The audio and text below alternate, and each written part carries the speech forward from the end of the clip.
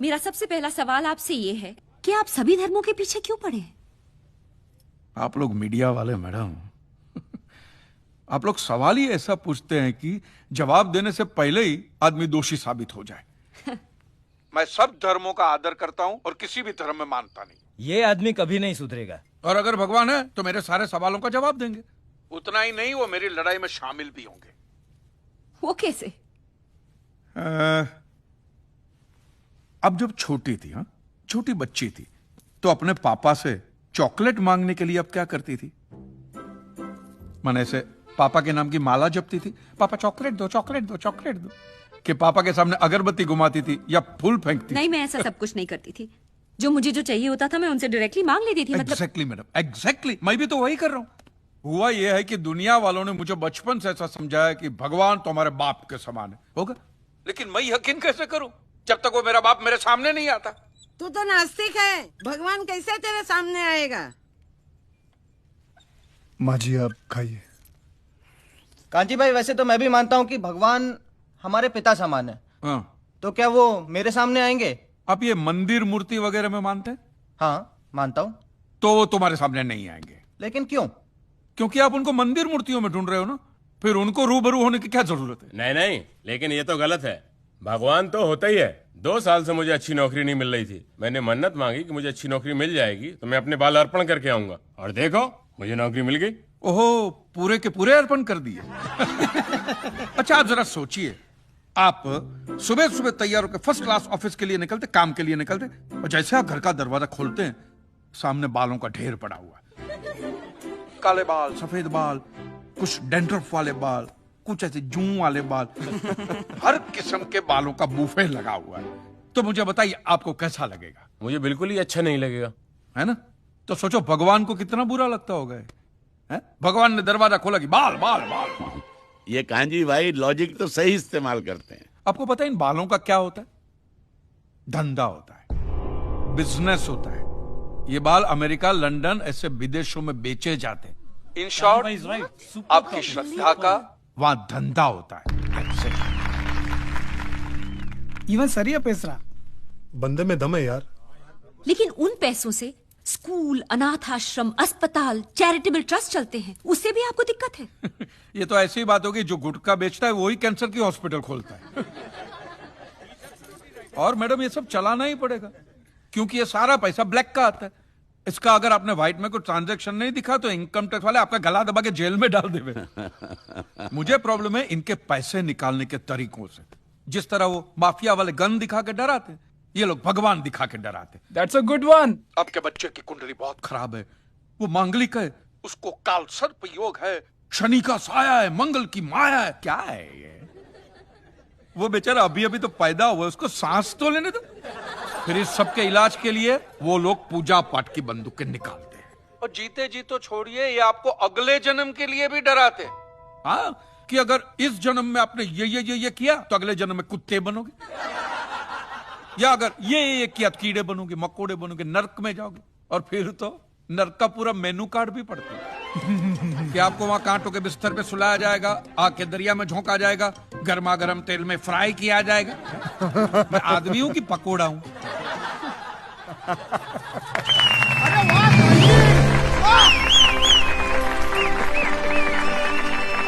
तो आपके हिसाब से धर्म की परिभाषा क्या है? मैं समझता हूं जहां धर्म है ना, वहां सत्य के लिए जगह नहीं है, और जहां सत्य, ट्रूथ है, वहां धर्म की जरूरत ही नहीं है। बिल्कुल सही कह रहा है। धर्म या मजहब एक इंसान की जिंदगी में क्या काम करता है? मेरे हिसाब से तो एक ही काम करता है मैडम, या तो वो इंसान को बेबस बनाता है या फिर आतंकवादी। सिद्धेश्वर महाराज, आपकी ये मंदिर वाली जो जगह है वो कितने एकड़ में फैली हुई है? 22 एकड़ में, 22, जिसमें 322 छोटे छोटे मंदिर हैं भगवान के। ओहो, माने भगवान का पूरा शॉपिंग मॉल ही सजा के रखा है। साइलेंस।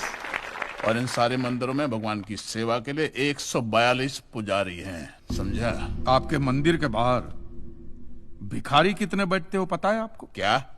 भिखारी अंदर की 320 मूर्तियां, 142 पुजारी याद है आपको, लेकिन आप ही के मंदिर के बाहर बरसों से कितने भिखारी बैठते हो याद है आपको?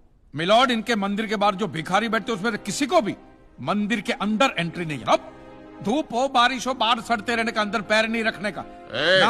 ना मत कहना। ये आप ही के मंदिर के पुजारी ने मुझे बताया था। उसने तो मुझे ये भी बताया था महाराज कि कांजी भाई, ये केस अगर आपको जीतना है ना भैया, तो हर सोमवार को आइए। तो मैंने पूछा मिलॉर्ड कि मैं कहाँ हूं? तो कहते हैं शिव जी के मंदिर में आइए और 1 लोटा दूध चढ़ाइए, फिर देखिए। मैंने बोला ठीक है, ये भी करके देख लेते। तो मिलॉर्ड में पहुंच गया मंडे को दूध का लोटा लेकर। ये लंबी लाइन लगी हुई, सबके सब हाथ में लोटा पकड़ के खड़े हुए थे ऐसे। मैंने सोचा अंदर जरूर कोई दूध पीने वाला होगा, वरना ये सबके सब गधे थोड़ी है जो ऐसे लोटा पकड़ के लाइन में खड़े। मेरा नंबर है, मैं अंदर गया, अंदर कोई नहीं था दूध पीने वाला, कोई नहीं। बीच में वो काला पत्थर पड़ा हुआ था, उसे शिवलिंग कहते हैं मूर्ख। हाँ, शिवलिंग पड़ा हुआ था। और वो पत्थर मिलो, वो पत्थर दूध था। और वो पत्थर के बिल्कुल बगल में से छोटी सी पतली सी नाली में से वो सारा दूध बाहर की ओर जा रहा। मैंने बोला कि यस, बाहर तो कोई खड़ा ही खड़ा होगा दूध पीने वाला। देखा बाहर भी कोई नहीं था। वो सारा दूध मिलो उस नाली से निकलकर बाहर गटर में जा रहा। Total waste. और वो गटर को लग के एक भिखारी खड़ा हुआ था। बेचारा 4-5 दिन का भूखा होगा महाराज, भूख के मारे वो कांप रहा था। उसको शायद ये दूध ही पीना था, लेकिन गटर में से कैसे? तो उस भिखारी को मैंने मेरा दूध का लोटा दे दिया। और दूध पीकर उसने मुझसे क्या कहा पता है? भगवान तेरा भला करे।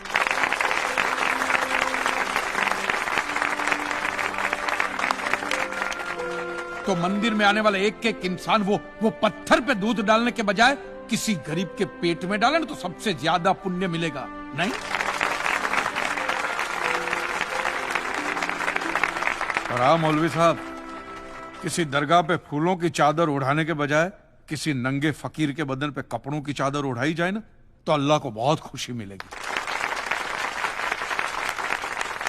और जीसस के सामने मोमबत्तियां जलाने से अच्छा है किसी गरीब की झोंपड़ी में जलाइए, तो उसके घर में कभी अंधेरा नहीं होगा।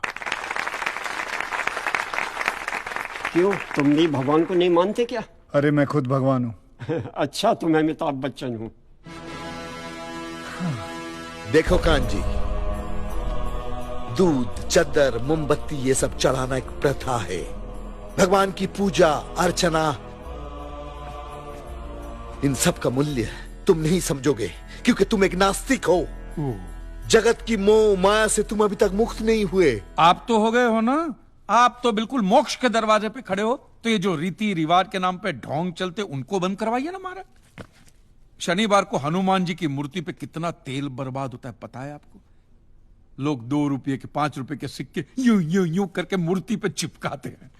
हनुमान जी इन सारे चिल्लर का क्या करेंगे? कांजी भाई बिल्कुल ठीक कह रहे हैं। साईं बाबा अपनी पूरी जिंदगी गरीबों के लिए और गरीबी में जिए।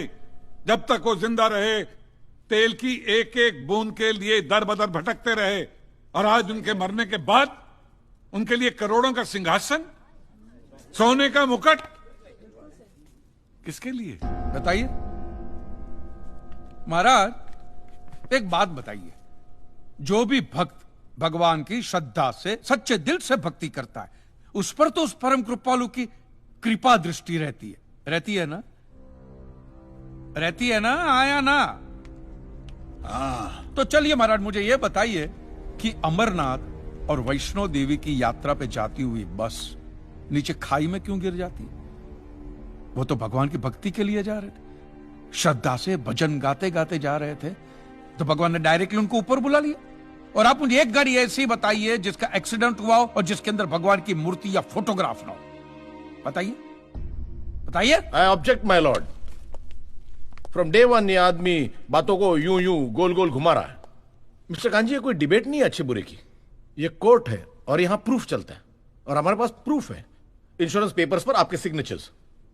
इसलिए लीगली आपको कोई हक नहीं बनता इंश्योरेंस कंपनी से पैसे मांगने। और जहां तक हमारा प्रश्न है, बीमा कंपनी के नियमों को हम नहीं मानते।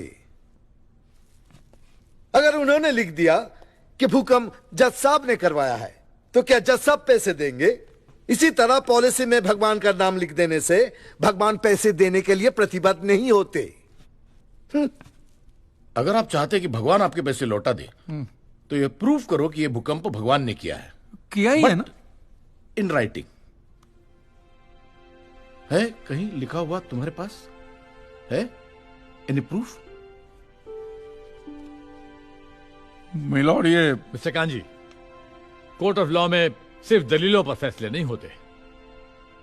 आपकी दलीलें, आपके आर्गुमेंट्स आम जनता के लिए कितने भी वैलिड क्यों ना हो, लेकिन अगर आप उन्हें साबित नहीं कर सकते हैं तो उनका कोई मतलब नहीं। आपके पास कोई सबूत है? No milord. In that case ये अदालत आपको 1 महीने का आखिरी मौका देती है। अगली डेट पर अगर आप सबूत नहीं पेश कर सके तो I am afraid you will have to rest your case and all others. Milord, अब जो सवाल मैं पूछने जा रहा हूं उसके लिए मुझे एक ज्ञानी पंडित की जरूरत है। तो आप मेरे जो भी कोई ज्ञानी पंडित है वो यहां पे आए, सिर्फ ज्ञानी आए, ज्ञानी। हाँ, आप बैठ जाइए।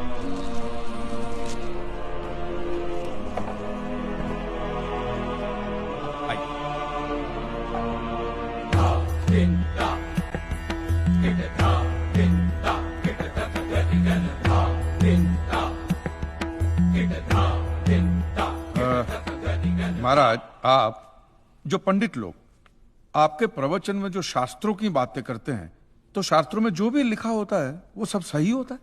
100%। ऐसा कहां लिखा है? ये तो आप कह रहे हैं। गीता में लिखा है। अच्छा, क्या लिखा है गीता में? गीता के 4थे अध्याय का 40वां श्लोक, अज्ञस्य अश्रद्धानस्य संशयात्मा विनश्यति, नायम लोकस्ति ना परा ना सुखम संशयात्मना। मतलब क्या? इसका अर्थ है जो अज्ञानी श्रद्धा विहीन मनुष्य शास्त्र पर संदेह या शक करता है उसका विनाश निश्चित है। उसे भूलोक या परलोक कहीं भी शांति नहीं मिलती। समझा? ये बहुत इंटरेस्टिंग आइटम है। महाराज, आपको ये गीता में या शास्त्रों में कुछ भी समझ में आता है, है? कि जो भी लीलाधर महाराज बोल रहे उसमें बस ऐसे समझा समझा करके हाथ हिला रहे हैं? मिलॉर्ड, वो स्कूल में छोटे छोटे बच्चे होते, उनको प्रेयर कभी पूरी याद नहीं रहती, तो बेचारे आंख बंद करके ऐसे करके होंठ हिलाते, वो होंठ हिलाते, ये हाथ हिलाते। एक कांजी, तूने एक सिद्ध साधु का अपमान किया है, तो तुझे नरक में भी जगह नहीं मिलेगी। कहां से मिलेगी महाराज? आप लोगों ने पहले से ही वहां कुल्ले टिका के रखे हैं।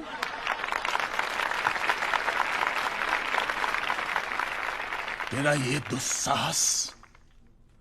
दुस्साहस नास्तिक!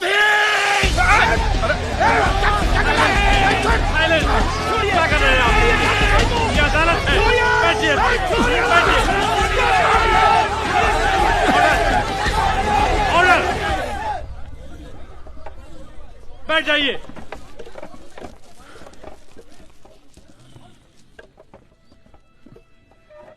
दुखेष्वनु द्विग्न मनः सुखेषु विगत स्पृह वितराग भय क्रोध स्थित धीर मुनि रुच्यते। अध्याय 2 श्लोक 56। अर्थात जिस मनुष्य के लिए सुख और दुख समान अवस्था है, जो भय और क्रोध से मुक्त है, जो स्थिर बुद्धि वाला है ना, वही सिद्ध पुरुष कहलाता है।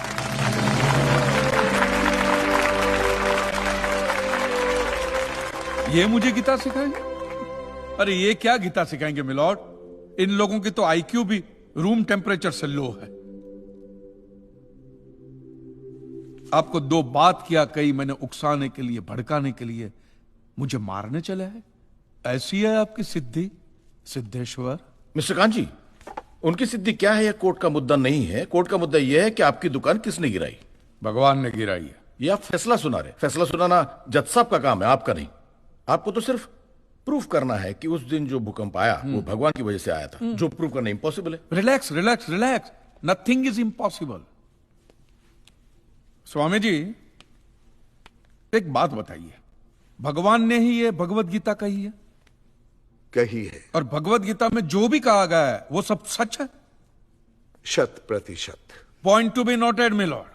तो मुझे एक बात बताइए कि भगवान ने भगवत गीता के 9वें अध्याय के 8वें श्लोक में क्यों ऐसा कहा है कि पूरी सृष्टि का सर्जन मेरी इच्छा से हुआ है, इसका विनाश भी मेरी इच्छा से होगा, ये पूरी सृष्टि मेरी इच्छा के अधीन है, इसके सर्जन और विनाश के लिए सिर्फ मैं और मैं ही जिम्मेदार हूं। और ये देखिए मिलॉर्ड, ये बाइबल में भी कहा गया है, आइज़ा चैप्टर 54 वर्स 16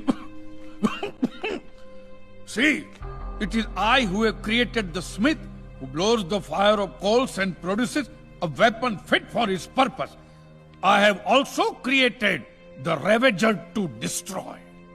अब ये देखिए, ये कुरान शरीफ में भी है। सूरह जलजला 99 आयत 1 से 8 में भी लिखा है कि जब जमीन अपनी पूरी शिद्दत के साथ हिला डाली जाएगी और जमीन अपने अंदर के सारे बोझ को निकालकर बाहर डाल देगी और इंसान कहेगा कि ये उसको क्या हो रहा है, उस दिन वो अपने ऊपर बीते हालात बयां करेगी, क्योंकि तेरे रब ने उसे ऐसा करने का आदेश दिया होगा। रब ने।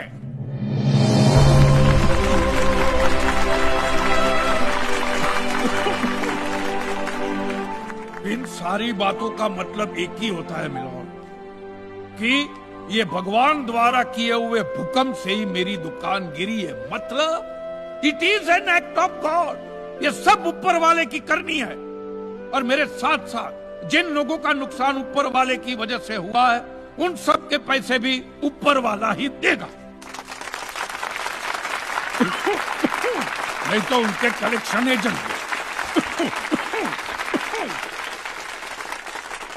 Your honour, mister Kanchi Leeladhar Swami को बातों में फंसा रहे। सर देसाई जी, क्या कर रहे हैं आप? अरे बोलने दो, उसे बोलने दो। अगर ये प्रूव हो जाता है कि भगवान है तो हम लोग पैसा देने से बच जाएंगे। अच्छा, पूरा दोष अब आप हम पर थोपना चाहते हैं। चुप कीजिए। अपनी स्कीम से बचने के लिए आप भगवान का नाम नहीं ले सकते। चुप कीजिए, क्योंकि भगवान पर सिर्फ हमारा कॉपीराइट है। कॉपीराइट? अरे 2 मंदिर क्या बनवा दिए? भगवान आपके बाप का माल हो गया। खबरदार, हमारा संप्रदाय तुमको छोड़ेगा नहीं। क्या कर रहे हो? साइलेंस। Relax relax. आज तक तो मिलॉर्ड सिर्फ इतना ही सुनने में आया था कि भगवान की आरती होती है, आराधना होती है, यज्ञ वगैरह होते हैं। आज तो ये भी सुनने को मिल रहा है कि भगवान के कॉपीराइट भी होते हैं। भगवान के कॉपीराइट ऊपर वाले की ब्रांड बना दी है इन्होंने।